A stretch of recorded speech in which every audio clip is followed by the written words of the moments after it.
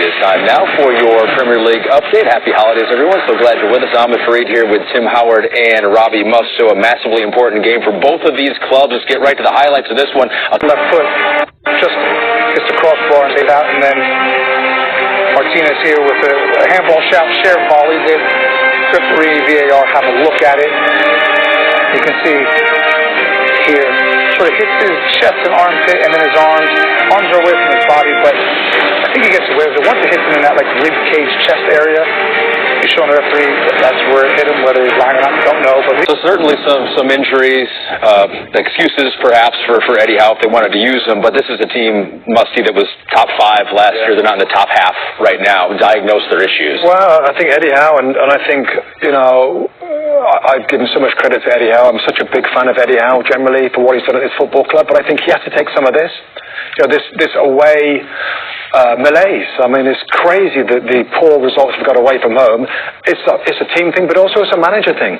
And I criticised the team heavily at half-time for the lack of drive in the first half. That does come from manager Ahmed as well. It's like to get them in a good mindset. We saw the mindset totally different in the second half, and it was a different game. Yes, United were kind of defensive a little bit, but he's got to take some criticism. Yeah, well, I think the issue with that, which I take on board, is I say he might just have to shake things up. I mean, that's a really solid midfield. That's sometimes you have to do things that just shake it up. And right now, as you said, there's just malaise. It's blah at the moment. What's your gut say? You think they can do it? Can they turn around? I think they can. I think they're strong enough to do it. I don't know if they can get the top 5. They're probably going to need for Champions League. That's going to be difficult now. Yeah. All right. We will see on that. It's nothing. We're going to take another break here on Gold Zone. When we come back, we got an interview with that guy, Ruben Amorim, changing things up for Manchester United. Hear his thoughts after their win. And that's just it. Let's talk about Jack, because his first appearance at Old Trafford, but as part of the senior, the first team. Yeah, it's a very important moment for any kid. He's going to hear from his father. I already know that, Darren. He's going to talk a lot about a lot of things, but he needs to back up, to calm down and to just praise the kid, because he's really humble, works really hard, and he deserves this. It is one of those moments, though, isn't it, when you come through the Manchester United Academy? Yeah, it's that feeling again. In certain moments, it doesn't matter. We have a squad, and we try to choose the best players to play. And I understand the history of the club, and I want to be part of that. But sometimes you just need to choose the best players to win. And today was the opposite. Of many games, we put players from the academy because we had to, and because they deserve. But for all that suffering you've gone through tonight against Newcastle United, 5th in the Premier League, so much has been talked about with this opportunity to be 5th, but also as well you've got a clean sheet. Yeah, clean sheet, back 4.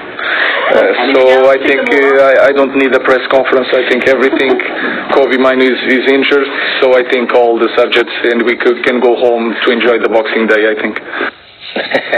A lot to be happy about for him. So how much credit do you want to give to Ruben for this one? Was it a masterstroke today? Yeah. I mean, I don't know why. I said before, why you would hamstring yourself and box yourself into a formation. We've said it for a couple of years now.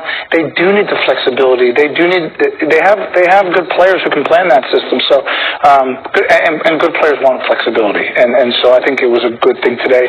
I do like, having been at Man United and understanding what that club is about, bringing young players through. Has always been the bedrock of that club. So seeing young Fletcher out there, I thought it was great. And to Robbie's point, if with all the players away at African Cup of Nations and Bruno Fernandes on the side, if they could just keep this pace, because stay in and around 5th, 6th, 7th, and they get those players back, then they'll be real.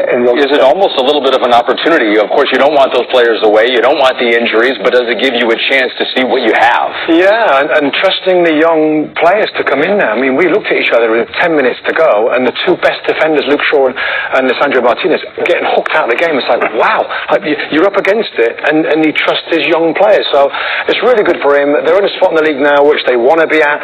That's a great. I feel like their season's kind of on a knife edge now, Man United.